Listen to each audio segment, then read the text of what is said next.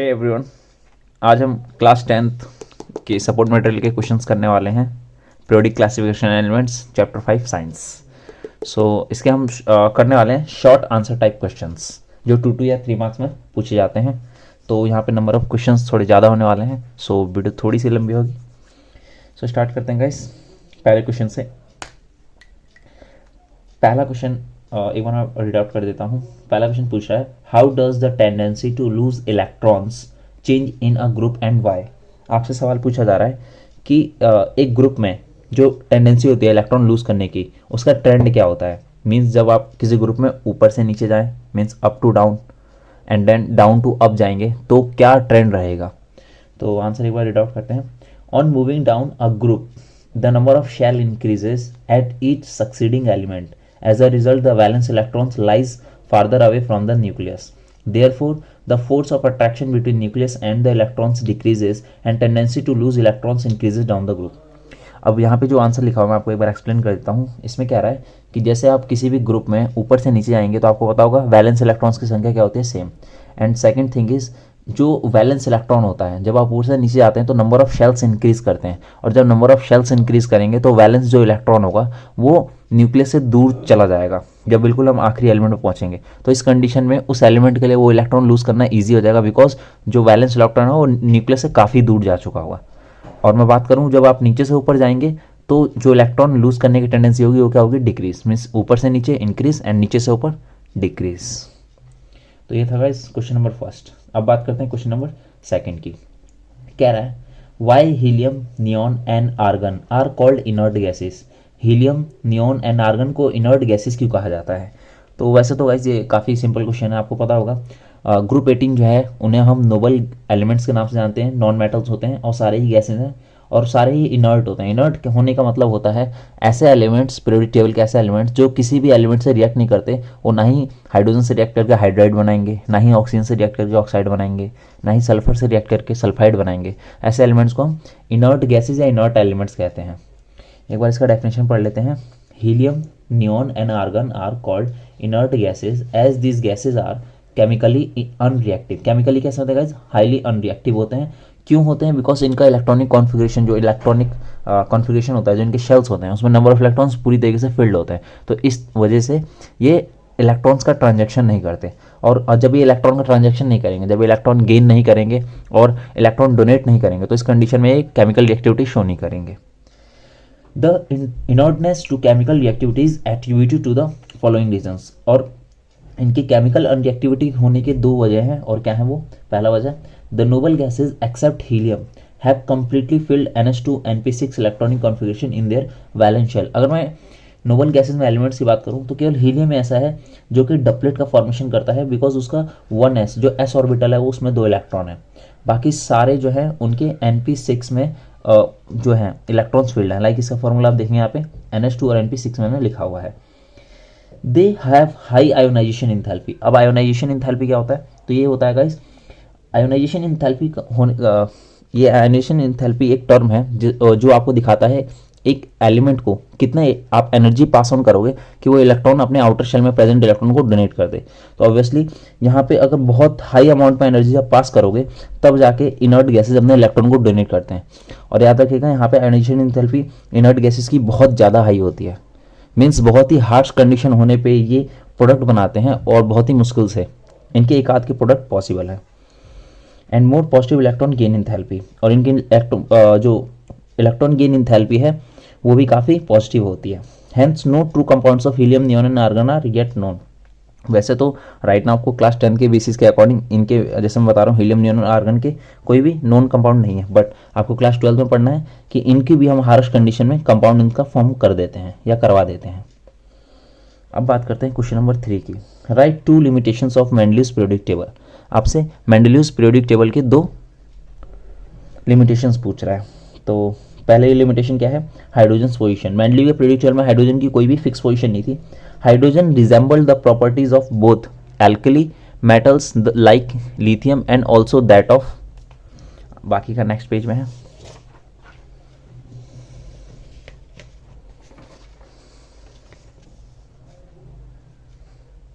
That of halogens like iodine. अब hydrogen के case में क्या था कि हाइड्रोजन की कुछ प्रॉपर्टीज एल्कली मेटल से मैच करती थी और कुछ प्रॉपर्टीज हैलोजेंस की तरह, बिकॉज हाइड्रोजन एक एलिमेंट एक्सेप्ट करके एल्कली मेटल्स की तरह बिहेवियर शो करता था, और सॉरी हैलोजेंस की तरह बिहेवियर शो करता था, और एक इलेक्ट्रॉन डोनेट करके एल्कली मेटल्स की तरह प्रॉपर्टी शो करता था। Hence the position of hydrogen, whether hydrogen is to be placed with halogen और alkali metals was not specified. और इसी वजह से मेंडलीव साहब ने कंफ्यूजन में हाइड्रोजन को कोई भी फिक्स पोजीशन नहीं दी थी। अब गाइस नेक्स्ट दूसरी कमी क्या थी, पोजीशन फॉर आइसोटोप्स। दूसरी कमी की बात करूँ गाइस तो आपको पता होगा मेंडलीव साहब ने जब अपना पीरियोडिक टेबल डिजाइन किया था तो उस टाइम आइसोटोप नाम की कोई भी चीज़ के बारे में साइंटिस्टों को पता ही नहीं था। ये उनके पीरियोडिक टेबल डिजाइन करने के बहुत समय बाद खोज हुई थी आइसोटोप्स की। इस वजह से मेंडलीव साहब ने अपने पीरियोडिक टेबल में आइसोटोप के लिए कोई जगह छोड़ी ही नहीं थी। तो Mendeleev's periodic table was based on arranging elements in increasing order of the atomic masses, but isotopes were not included in his periodic table. तो ये था गाइस कंप्लीट आंसर इसका। अब बात करते हैं क्वेश्चन नंबर 4 की। Why is the position assigning to hydrogen in the periodic table considered anomalous? अब आपसे सवाल कर रहा है कि जो हाइड्रोजन की पोजीशन पीरियोडिक टेबल में असाइन की गई है वो एनोमलस क्यों है, उसमें मतलब इतनी ज़्यादा परेशानियां क्यों हैं। तो रीज़न पढ़ते हैं इसका क्या है। 4 रीजन्स लिखे हैं मैंने। Hydrogen is the lightest smallest and first element. आप सब आपको पता होगा हाइड्रोजन क्या है, सबसे लाइटेस्ट मतलब सबसे हल्का, स्मॉलेस्ट मतलब सबसे छोटा, एंड फर्स्ट एलिमेंट है पूरे पीरियोडिक टेबल का। बाय द वे यहाँ पे स्मॉलेस्ट की बात करूँ तो हाइड्रोजन से भी स्मॉलेस्ट होता है फ्लोरीन का साइज, वो आप आगे 11th क्लास के इनऑर्गेनिक केमिस्ट्री में जानेंगे। Its electronic configuration is the simplest of all the elements.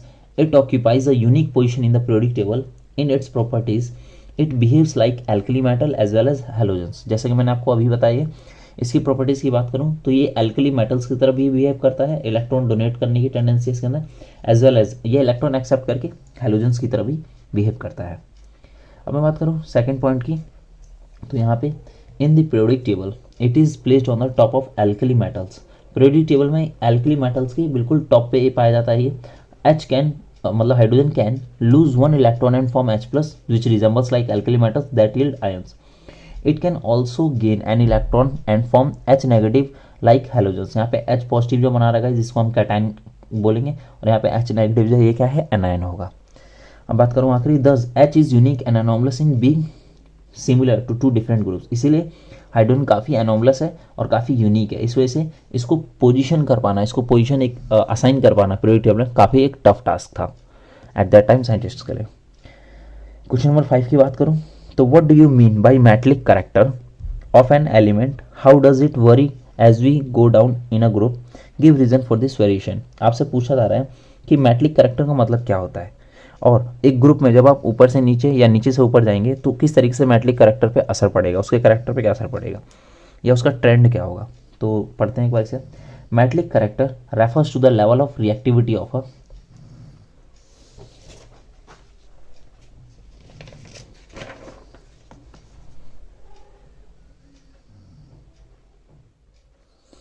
metal. Metals tend to lose electrons in chemical reaction as indicated by their low ionization energy. अब मैं बात करूँ मेटल्स की तो आपको पता होगा मेटल्स, हम किसी भी एलिमेंट को, किसी भी तत्व को मेटल कैसे कह पाते हैं। अगर उसके अंदर इलेक्ट्रॉन डोनेट करने की टेंडेंसी है तो हम उसको मेटल कहेंगे। अगर वो चमक रहा है, वो मेलेबल है, डक्टाइल है, तो मेटल्स एंड नॉन मेटल्स जो आपने लेसन पढ़ा होगा तो उसमें पाया होगा कि मेटल्स की क्या क्या टेंडेंसी होती है, हम उनकी कौन कौन सी प्रॉपर्टी पजेस करने की वजह से हम किसी एलिमेंट को मेटल का टैग देते हैं। तो यहाँ पे वही चीज़ मैंने लिखी हुई है, metals tend to lose electrons in chemical reaction as indicated by their low ionisation energy. Means अगर आप हल्की सी एनर्जी पास करें तो अपना इलेक्ट्रॉन क्या कर देते हैं, डोनेट या लूज कर देते हैं। With in a compound metal atoms have relatively low attraction for electrons, और मेटल्स के अंदर इलेक्ट्रॉन्स के लिए काफ़ी लो अट्रैक्शन होता है, और इलेक्ट्रॉन्स के भूखे कौन होते हैं, non metals, as indicated by their low electronegativity. और मेटल्स की इलेक्ट्रोनेगेटिविटी क्या होती है, कम होती है। अब बात करता हूँ सेकेंड पॉइंट की, तो reactivity of metals is based on processes such as the formation of halide compounds with halogens and how easily they displace hydrogen from dilute acids. आपको पता होगा इस सेकंड पॉइंट में मैंने आपको बताया हुआ है कि मेटल जब जब किसी एसिड से रिएक्ट करते हैं तो वहाँ पे हाइड्रोजन गैस का फॉर्मेशन होता है, और क्या निकलता है उसमें से, सॉल्ट, जो कि आपने सेकंड चैप्टर में पढ़ा होगा एसिड बेस एंड सॉल्ट में। अब थर्ड प्रॉपर्टी में metallic character increases down a group due to increase in atomic size. अगर आप किसी भी ग्रुप में ऊपर से नीचे की तरफ जाएंगे तो मेटलिक कैरेक्टर बढ़ता है, और ऐसा क्यों होता है, जब भी आप ऊपर से नीचे आते हैं तो नंबर ऑफ शेल्स इंक्रीज करेंगे, और नंबर ऑफ शेल्स इंक्रीज करेंगे तो गाइस जो वैलेंस इलेक्ट्रॉन है वो न्यूक्लियस से काफ़ी दूर होता चला जाएगा, और जितना ही न्यूक्लियस से दूर होगा उतना ही कम एनर्जी लेके वो इलेक्ट्रॉन आसानी से उस शेल को छोड़ पाएगा, और इस वजह से हाईली मेटलिक करेक्टर को शो करेगा वो। Thus, the outermost electrons are farther away from the nucleus and therefore can be lost easily. Hence, the electropositive character or metallic character increases. अब बात करते हो इस क्वेश्चन नंबर 6 की। तो क्वेश्चन नंबर 6 में कह रहा है why metallic oxides are basic in nature where non metallic oxides are acidic in nature. आपसे कह रहा है, ये सवाल पूछ रहा है कि मेटलिक ऑक्साइड्स आपको पता होगा बेसिक होते हैं नेचर में, और नॉन मेटलिक ऑक्साइड एसिडिक होते हैं, ऐसा क्यों होता है? तो देखते हैं इसका answer. Metallic oxides are basic in nature because they react with dilute acid to form salt and water. अब मेटलिक ऑक्साइड का जब आप रिएक्शन करवाएंगे किसी एसिड के साथ तो हमेशा सॉल्ट एंड वाटर का फॉर्मेशन होता है। और ये बात आपको अच्छे से पता है एसिड बेस एंड सॉल्ट पढ़ने के बाद कि कभी भी जब हम किसी एसिड का रिएक्शन बेस के साथ करवाते हैं तभी सॉल्ट एंड वाटर बन सकता है। मीन्स यहाँ पे बेस तो हमारे पास ऑलरेडी है, और हम मेटलिक ऑक्साइड कैसा है, बेसिक है, और जब हम उसका रिएक्शन एसिड के साथ करवा रहे हैं तभी क्या बन रहा है, सॉल्ट या वाटर। तो मीन्स यहाँ पे मेटलिक ऑक्साइड का नेचर कैसा होना चाहिए, मस्ट बी बेसिक। मैं बात करूँ, they also react with water to form metal hydroxide, और ये मेटलिक ऑक्साइड वाटर के साथ रिएक्ट करके क्या बनाते हैं, मेटलिक हाइड्रोक्साइड। और मेटलिक हाइड्रोक्साइड का नेचर क्या होता है, basic. Example MgOH, magnesium hydroxide, potassium hydroxide, ऐसे बहुत सारे एग्जाम्पल हैं। which are alkaline in nature because these metal hydroxides release OH negative ions in solution. Therefore, non-metallic oxides would be acidic in nature. और non-metallic oxide guys किसी भी non-metallic oxides कैसे होते हैं, acidic, तो वो बेस के साथ रिएक्शन करके सॉल्ट प्लस वाटर का फॉर्मेशन करेंगे। तो ये था गाइज इसका आंसर। अब बात करते हैं क्वेश्चन नंबर 7 की। कह रहा है how does the atomic size vary as we go down a group and move left to right in a period, right the reason behind it. कह रहा है एटॉमिक साइज के ऊपर क्या असर पड़ेगा, और ट्रेंड जानना चाहता है आपसे कि जब किसी पीरियड में हम लेफ्ट टू राइट जाते हैं या राइट टू लेफ्ट आते हैं तो साइज पे क्या असर पड़ता है। तो देखते हैं इसका आंसर, काफ़ी इंटरेस्टिंग है।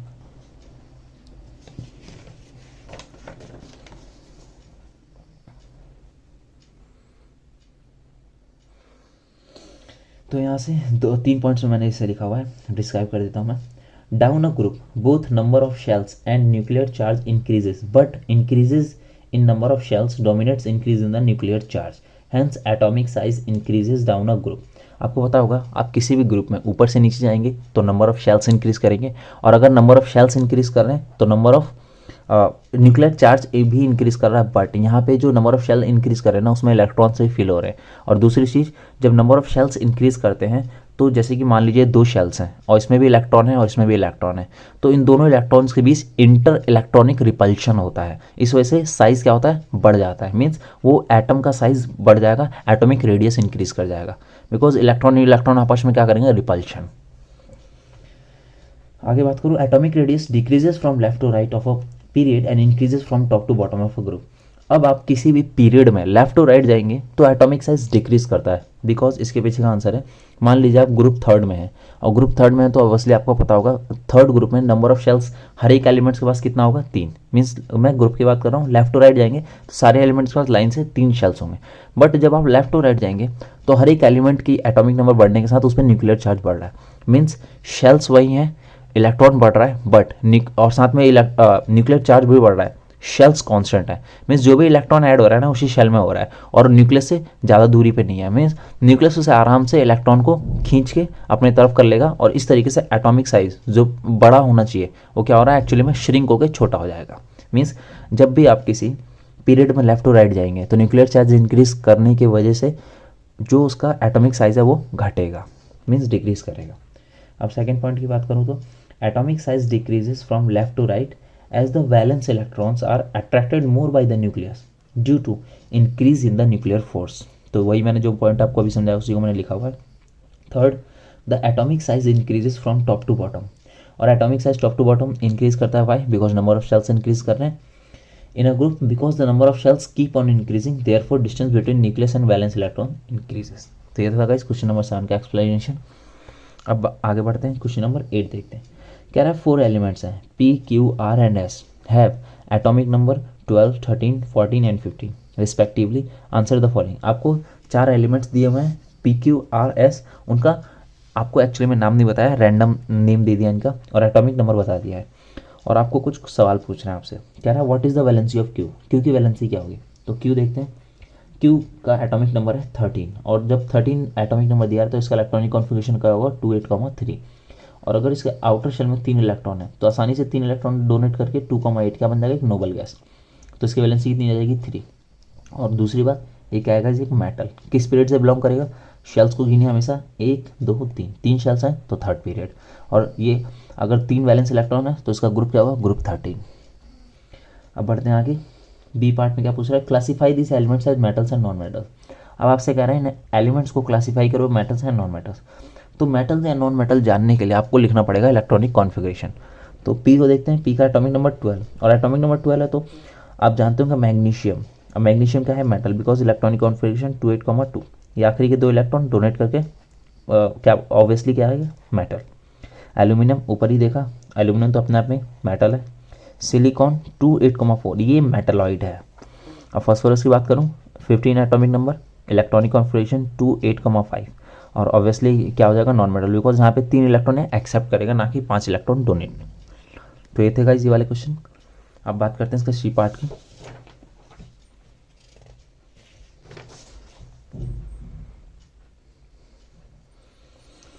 अब इसके सी पार्ट में पूछा है which of this elements will form the most basic oxide. अब आपसे इसमें पूछा है इनमें से कौन सा एलिमेंट है जो कि सबसे बेसिक ऑक्साइड बनाएगा। अब बेसिक ऑक्साइड कौन बनाता है गाइस, मेटल्स, आपको पता होगा, अभी हमने डिस्कस किया था ऊपर।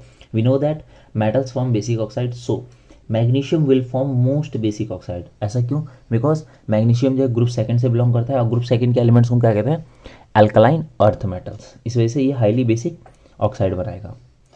अब बात करूँ क्वेश्चन नंबर 9 के ए पार्ट की, तो ए पार्ट में पूछ रहा है how do we calculate the valency of an element from its electronic configuration. हम किसी भी एलिमेंट के इलेक्ट्रॉनिक कॉन्फ़िगरेशन से हम उसकी वैलेंसी को कैसे जान पाते हैं, तो देखते हैं कैसे। The valency of an element is determined by the number of valence electrons present in the outermost shell of its atom, the number of electrons lost और गेन्ड और shared by one atom of an element to achieve the nearest inert gas electronic configuration gives us the valency of the element। Means obviously यहाँ पे bookish language लिखी हुई है मैंने, अगर आपको समझ में नहीं आ रही तो मैं आपको बेसिक बताता हूँ। मान लीजिए फ्लोरीन है, एटॉमिक नंबर 9 है। अब आप इसका इलेक्ट्रॉनिक कॉन्फ़िगरेशन जब ब्रेक करेंगे तो के शेल में 2 इलेक्ट्रॉन, एल शेल में 7 इलेक्ट्रॉन। अब आप मुझे बताइए, फ्लोरीन के पास 2 चॉइसेस है अपनी वैलेंसी को फुलफिल करने के लिए, मीन्स अपने इलेक्ट्रॉनिक कॉन्फ़िगरेशन को अचीव करने के लिए, noble gas configuration, noble element बनने के लिए। या तो ये 1 इलेक्ट्रॉन डोनेट कर सकता है, सॉरी 1 इलेक्ट्रॉन एक्सेप्ट कर सकता है, या 7 इलेक्ट्रॉन डोनेट कर सकता है। तो आसान काम क्या होगा, 7 इलेक्ट्रॉन डोनेट करना कि 1 इलेक्ट्रॉन एक्सेप्ट करना। तो मेरे हिसाब से तो 1 इलेक्ट्रॉन एक्सेप्ट करना ज़्यादा बेटर रहेगा। तो इस वजह से इसकी वैलेंसी क्या हो जाएगी 1।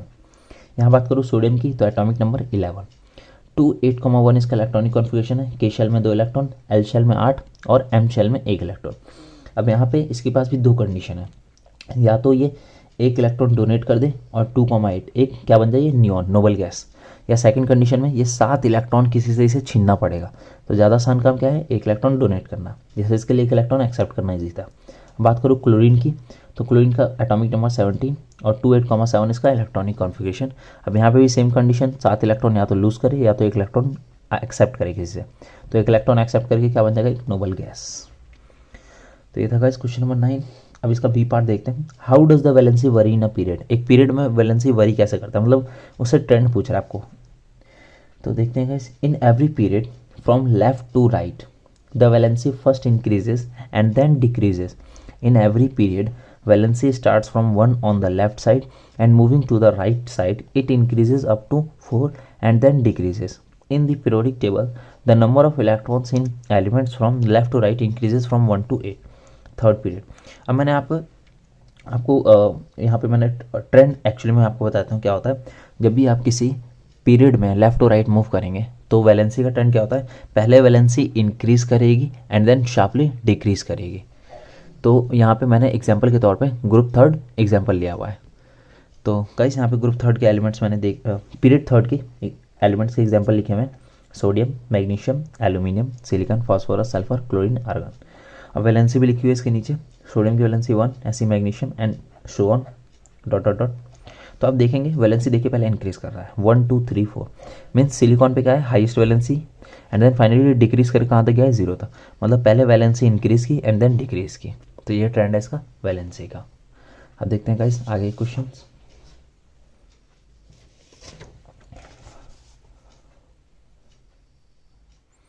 अब क्वेश्चन नंबर 10 देखिए क्या कह रहा है। क्वेश्चन नंबर 10 में study the variation in the atomic radii of elements given below and arrange them in increasing order. आपसे कह रहा है कि जो वेरिएशन दे रखा है यहाँ पे आपको एटॉमिक साइज दे रखा है, और याद रखिएगा ये पाइकोमीटर में है, और ये ग्रुप 1 के एलिमेंट्स हैं, sodium, lithium, rubidium, caesium, potassium. और आपसे पूछ रहा है कि इनको इंक्रीजिंग ऑर्डर में अरेंज कीजिए, मीन्स सबसे छोटा जो होगा पहले आएगा एंड देन इंक्रीजिंग ऑर्डर में। तो यहाँ पे जब आप इसको पढ़ेंगे तो आप पाएंगे ये कुछ ट्रेंड बन रहा होगा इंक्रीजिंग ऑर्डर में। लिथियम का साइज सबसे छोटा, सोडियम का उसके बाद बड़ा, then potassium, then rubidium, then caesium. तो ये काफ़ी इजी क्वेश्चन था, क्वेश्चन नंबर 10। अब बात करते हैं इसके ए पार्ट की। इसमें भी और पार्ट्स दे रखे हैं। Name the element which has the smallest and the largest atomic size.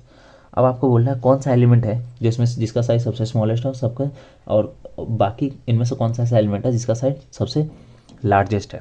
तो जैसा मैंने अभी आपको बताया, लिथियम का साइज सबसे क्या है, स्मॉलेस्ट, और कितना है 152 पाइकोमीटर। और लार्जेस्ट कौन है, सीजियम, और सीजियम का साइज कितना है 262 पाइकोमीटर। अब बी पार्ट में क्या पूछा है, how does the atomic size vary as we go down a group. और ये आई थिंक गाइस थर्ड से फोर्थ टाइम ये डिस्कस कर रहे हैं आज की वीडियो में हम। दैट इज ऊपर से जब भी नीचे जाएंगे तो एटॉमिक साइज क्या होगा, इंक्रीज करेगा। क्यों करेगा, number of valence shell increase होंगे, और जैसे जैसे number of valence shell increase करेंगे तो इंटर इलेक्ट्रॉनिक रिपल्शन की वजह से साइज इंक्रीज करेगा।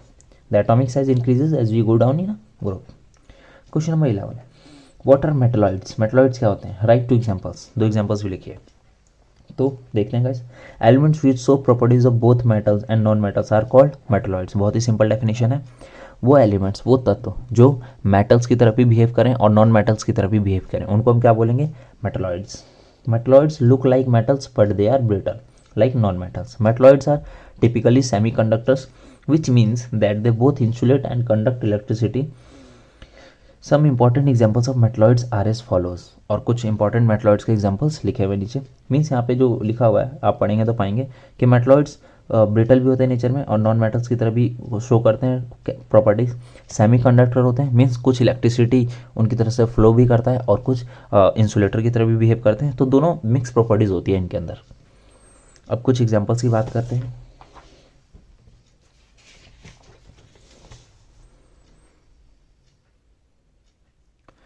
अब एग्जांपल्स क्या हैं इस मेटलॉइड्स के, boron, silicon, germanium, arsenic, antimony, tellurium, यही हैं सारे मेटलॉइड्स। और एक और है वो रेडियो एक्टिव है, वो हमें नहीं पढ़ना। बाकी बात करते हैं क्वेश्चन नंबर 12 की। How many groups and periods are present in Mendeleev's and modern periodic table. आपसे पूछा जा रहा है कि मेंडलीव के और मॉडर्न पीरियडिक टेबल में नंबर ऑफ पीरियड्स और ग्रुप्स बताने हैं। तो मेंडलीव की बात करें तो मेंडलीव के पीरियडिक टेबल में ग्रुप्स की संख्या कितनी थी, 8, और पीरियड्स की संख्या कितनी थी, 6। अब बात करूँ मॉडर्न पीरियडिक टेबल की, तो ग्रुप्स की संख्या मॉडर्न पीरियडिक टेबल में 18 है, पीरियड कितने हैं, 7। क्वेश्चन नंबर 13 कह रहा है there are 2 elements X and Y having atomic number 17 and 20 respectively. बोल रहा है पहला क्वेश्चन ए पार्ट में, what are the position of X and Y in periodic table. आपको 2 एलिमेंट दिए हुए हैं, नाम नहीं बताया है, रैंडम नेम दिया हुआ है एक्स एंड वाई, और आपसे पूछ रहा है इनका एटॉमिक नंबर देखेंगे, ये एग्जैक्ट लोकेशन बतानी है पीरियडिक टेबल में, पोजीशन बतानी है। तो 17 आपको पता होगा क्लोरीन का एटॉमिक नंबर होता है। इलेक्ट्रॉनिक कॉन्फ़िगरेशन लिखेंगे तो 28,7। अब गाइस ये अगर 3 इलेक्ट्रॉनिक शेल्स हैं तो सबसे पहले तो आप पीरियड जान दीजिए कौन सा है, थर्ड पीरियड। क्यों, 3 इलेक्ट्रॉनिक शेल है तो थर्ड पीरियड से बिलोंग करता है। एंड सेकंड चीज, इसके वैलेंस इलेक्ट्रॉन्स कितने हैं, 7। मीन्स ऑब्वियसली वैलेंस इलेक्ट्रॉन्स अब क्या पता चल जाएगा, ग्रुप। और कौन सा ग्रुप में होगा ये, ग्रुप 17। तो ग्रुप 17। अब बात करते हैं गाइस वाई की, तो वाई का एटॉमिक नंबर 20 दे रखा है, कैल्शियम। और इसका जब इलेक्ट्रॉनिक कॉन्फ़िगरेशन आप लिखेंगे तो पाएंगे 2, 8,8,2। 4 शेल्स हैं तो फोर्थ पीरियड, और आखिरी शेल में 2 इलेक्ट्रॉन है, और 2 इलेक्ट्रॉन है तो ग्रुप 2। तो काफ़ी इजी क्वेश्चन था।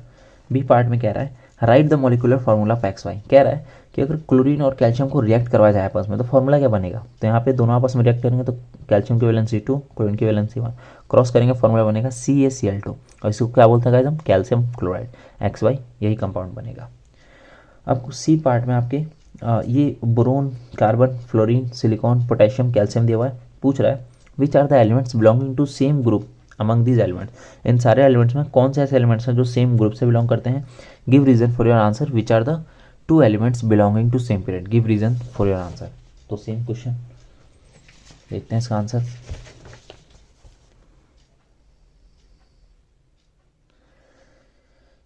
तो यहाँ पे मैंने इनके इलेक्ट्रॉनिक कॉन्फ़िगरेशन लिख दिए और इनके आंसर को मैंने यहाँ पे लिखा हुआ है। तो बोरोन 4 इलेक्ट्रॉनिक कॉन्फ़िगरेशन 2,2, ऐसे ही कार्बन, सारे एलिमेंट्स का आप देख सकते हैं। मैं डायरेक्ट आंसर बता रहा हूँ आपको। यहाँ पे बोरोन और कैल्शियम जो है वो सेम ग्रुप से बिलोंग करते हैं, और वो किसे बिलोंग करते हैं, ग्रुप सेकंड से।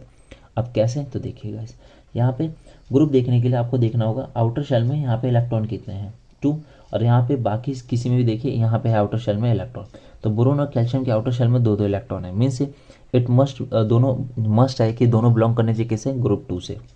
बाकी carbon and silicon is from same group 14। अब यहाँ पे देखें कार्बन के आउटर शेल में 4 इलेक्ट्रॉन, सिलिकॉन के आउटर शेल में 4 इलेक्ट्रॉन, तो ये भी दोनों सेम ग्रुप से बिलोंग करते हैं और उस ग्रुप का नाम क्या है, ग्रुप 14। अब कह रहा है पीरियड भी बता दीजिए। तो पीरियड के लिए देखिए किसके जो है वो कौन से ऐसे एलिमेंट्स हैं जिनके नंबर ऑफ शेल्स इक्वल है। तो देखेंगे बोरोन, कार्बन, फ्लोरीन, तीनों के 2-2 शेल्स हैं, तो तीनों सेम पीरियड से बिलोंग करेंगे। और कौन सा पीरियड होगा गाइस, ये पीरियड 2। क्यों, 2 शेल्स हैं, इलेक्ट्रॉनिक शेल्स। अब बात करूँ पोटेशियम और कैल्शियम, तो ये भी दोनों सेम पीरियड से बिलोंग करेंगे। देखिए 1 2 3 4, 1 2 3 4, दोनों पीरियड किससे, 4 से बिलोंग करेंगे, बोरोन एंड कार्बन। तो ये था गाइस इस क्वेश्चन का आंसर। अब क्वेश्चन नंबर 14 दिया हुआ है, तो 14 को एक बार पढ़ देता हूँ। Elements A B C D and E having atomic number 4 9 14 19 20, कह रहा है name the elements having same valence electrons.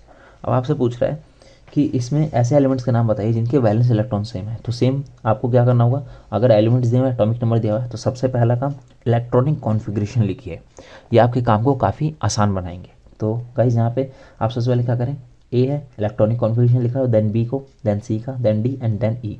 उसके बाद आपको क्या करना है, देन आप देखिए अगर सेम वैलेंस इलेक्ट्रॉन देखना है तो आउटर शेल में किसके किसके वैलेंस इलेक्ट्रॉन सेम है। तो आप देखेंगे यहाँ पे ए के वैलेंस शेल में, आखिरी शेल में कितने इलेक्ट्रॉन है, 2, और बाकी के 2 किसी में है, तो यहाँ पे ई में भी है, मीन्स ए और ई के वैलेंस इलेक्ट्रॉन क्या है, सेम। तो ये हमारा आंसर हो जाएगा। So A and E have same valence electrons in their outermost shell carrying 2 electrons each. अब बाकी किसी में भी सेम नहीं है, तो हमारा आंसर क्या हो जाएगा, ए एंड ई ओनली। अब बात करते हैं बी पार्ट की। Name the elements of same period, give reason to your answer.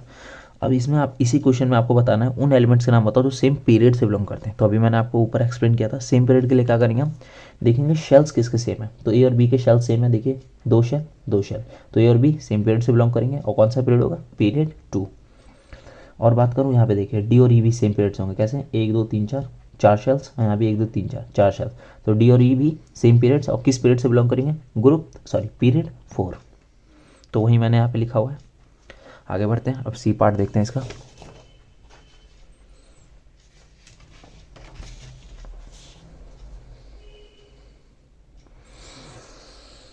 Name the elements of same group, give reason to your answer.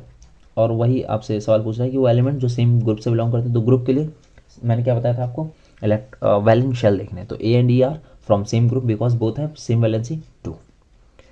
अब गाइस बात करते हैं क्वेश्चन नंबर 15 की। क्वेश्चन नंबर 15 में आपसे पूछ रहा है Newland, Mendeleev and Dobereiner give their contribution in building modern periodic table, list 1 merit and 1 demerit of their contribution. Modern periodic table बनाने में गाइस हर एक साइंटिस्ट का कुछ ना कुछ कंट्रीब्यूशन था। इवन उनका मॉडर्न पीरियोडिक टेबल उनका पीरियोडिक टेबल जो उन्होंने दिया था वो फेल हो चुका था। स्टिल उन पीरियोडिक टेबल से हमने बहुत कुछ सीखा था। गलतियाँ की थी उन्होंने, बट उनकी गलती करने की वजह से भी हमने काफ़ी कुछ सीख लिया। जो गलतियाँ उन्होंने की वो हम ना रिपीट करें, इसी वजह से हमने एक नया मॉडर्न पीरियोडिक टेबल डिज़ाइन कर पाए। कौन, हेनरी मोसले। तो हर एक साइंटिस्ट के हमें एक मेरिट और डिमेरिट की बात करनी है। तो बात करते हैं डॉर्बिनर के पीरियोडिक टेबल की। तो मेरिट क्या था, to predict the atomic mass of middle element in each triad. तो डॉर्बिनर ने क्या किया था, 3 एलिमेंट्स का ग्रुप बनाया था, जिसमें से फर्स्ट एलिमेंट और थर्ड एलिमेंट के एटॉमिक मास का जो एवरेज था वो बीच वाले एलिमेंट का क्या हो रहा था, बराबर आ रहा था। सेकेंड, डिमेरिट की बात करूँ तो डॉर्बिनर कुड आइडेंटिफाई ओनली 3 ट्रायड्स। और डिमेरिट क्या था गाइस, टोटल डॉर्बिनर के टाइम में 30 एलिमेंट्स थे, और इनका डिमेरिट यही था कि ये उन 30 एलिमेंट्स में से केवल 3 ग्रुप बना पाए थे। मतलब 3 एलिमेंट्स का 3 ही ग्रुप फॉर्म कर पाए थे, जो कि काफ़ी बड़ा डिमेरिट था। अब बात करूँ न्यूलैंड्स की।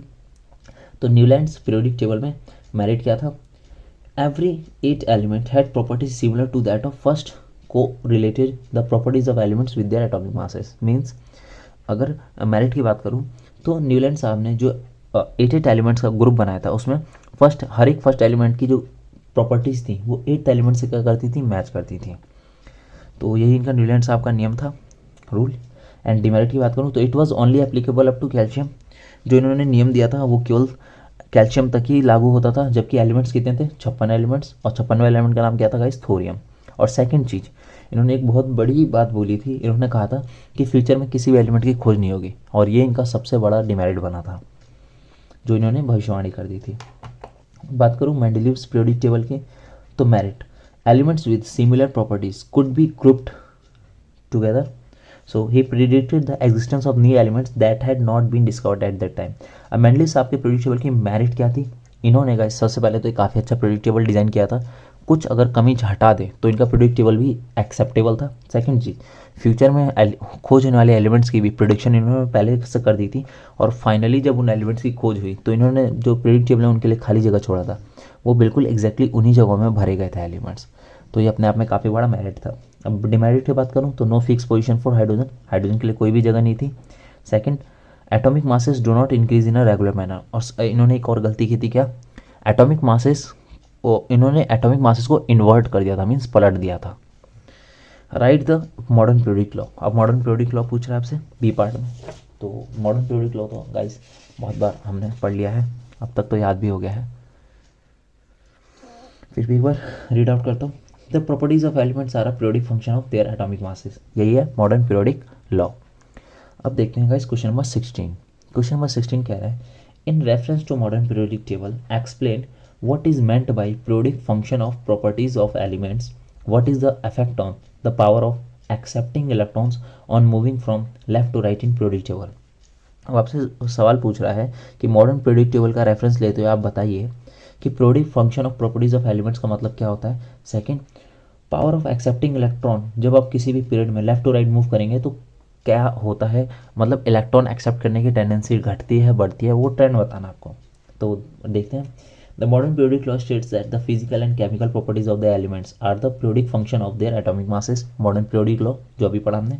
Second, scientist arrange elements in increasing order of their atomic numbers from left to right across each row and discovered that elements having similar properties repeat after regular intervals। और साइंटिस्टों ने क्या पाया कि गाइस जब वो elements को left to right increasing atomic number के according सजा रहे थे तो यहाँ पे जो पहली बात तो केमिकल प्रॉपर्टीज काफ़ी सिमिलर मिली थी।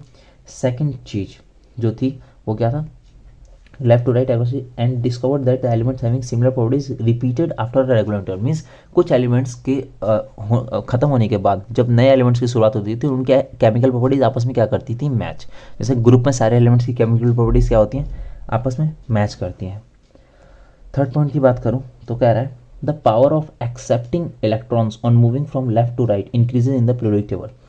जो इलेक्ट्रॉन एक्सेप्ट करने की बात है, किसी भी पीरियड में आप लेफ्ट टू राइट जाएंगे तो इलेक्ट्रॉन एक्सेप्ट करने की टेंडेंसी इंक्रीज होती है। क्यों होती है, बिकॉज लेफ्ट टू राइट जब भी आप जाओगे तो नॉन मेटलिक कैरेक्टर बढ़ता है, और नॉन मेटल्स क्या होते हैं गाइस, इलेक्ट्रॉन के भूखे। क्यों, उनका इलेक्ट्रॉनिक वैलेंस शेल जो होता है उसमें इलेक्ट्रॉन्स की कमी होती है, और वो इलेक्ट्रॉन एक्सेप्ट करके क्या बनना चाहते हैं, नोबल गैस, या नोबल गैस की कॉन्फ़िगरेशन को अचीव करना चाहते हैं।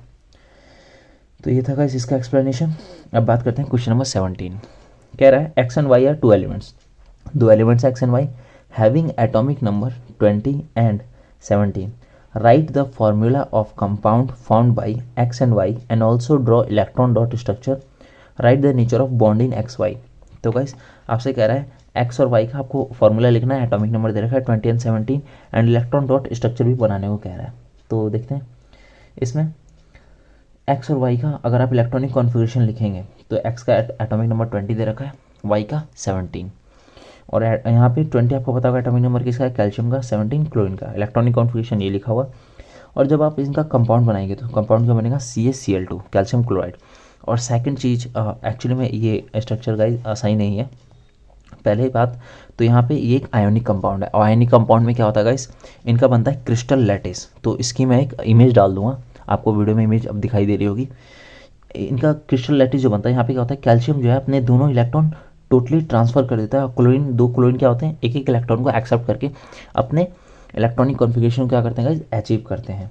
तो इस कंडीशन में इसका स्ट्रक्चर आप देख पा रहे होंगे। तो ये था गाइस इसका एक्सप्लेनेशन। अब आगे बढ़ते हैं, क्वेश्चन नंबर 18 देखते हैं।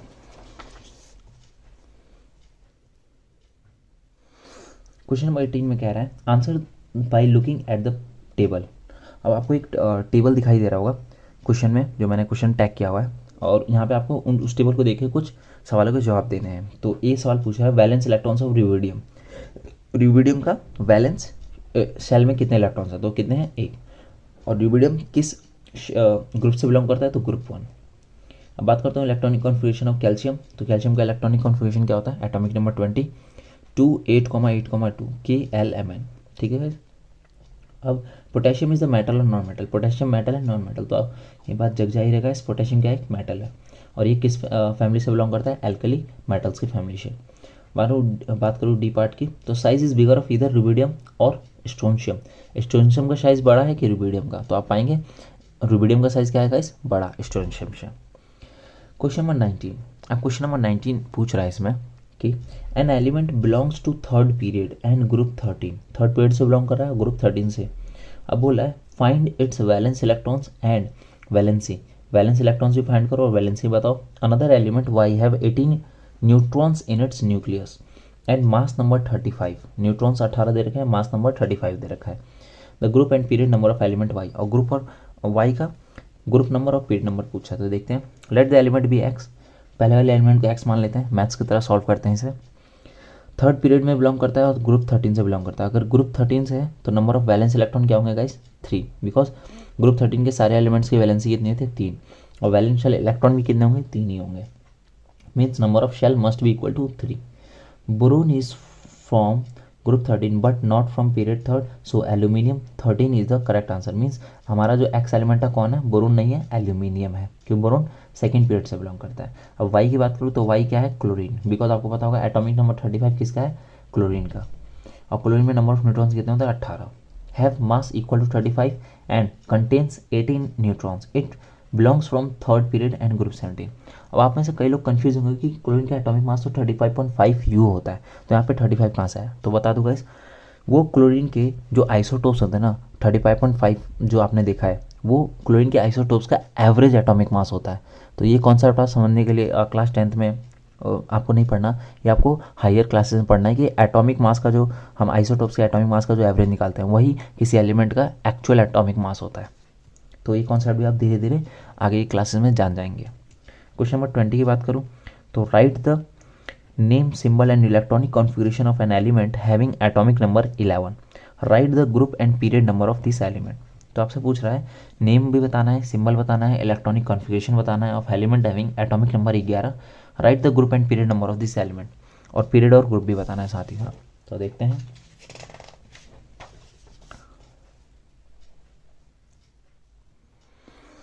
तो एटॉमिक नंबर 11 है, वैसे तो नॉर्मली आप इतना याद कर चुके होंगे। एटॉमिक नंबर 11 किसका, सोडियम का, और बाकी इन्फॉर्मेशन भी आप इसमें से कैरी कर सकते हैं। इलेक्ट्रॉनिक कॉन्फ़िगरेशन 28,1, आउटर शेल में 1 electron, valency 1, name of the element is sodium, metal है, ग्रुप 1 से बिलोंग करता है, और ये एल्कली मेटल है, बिलोंग्स फ्रॉम थर्ड पीरियड से, बिकॉज यहाँ पे नंबर ऑफ शेल्स कितने हैं, 3, 1 2 3, और from first group which is known as alkali metals, और फर्स्ट ग्रुप के एलिमेंट्स को क्या कहते हैं, एल्कली मेटल्स।